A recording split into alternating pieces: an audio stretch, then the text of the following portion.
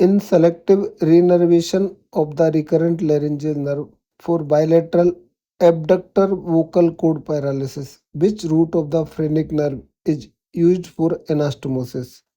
A. C2 root, B. C3 root, C. C4 root, and D. C5 root.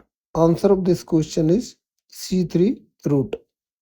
The C3 root of the phrenic nerve is identified and anastomosed with the cable graft from greater auricular nerve in Y shape, which then inserted into the posterior cricoid muscles. This anastomosis is called selective reinnervation. C3 route is chosen because it is safer, it spares diaphragm function and surgically accessible and still has enough motor fiber for effective reinnervation.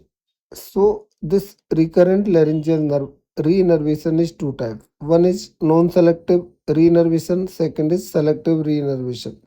In non-selective reinnervation, you are not differentiating adductor or abductor bundles, but you are doing the proximal part of the recurrent laryngeal nerve anastomosis with the Ansa cervicalis distal part, and you are suturing with the 90 nylon suture. And this non-selective reinnervation is mainly done for unilateral adductor vocal cord paralysis, while selective anastomosis is done for bilateral abductor vocal cord paralysis. Here it is more complex.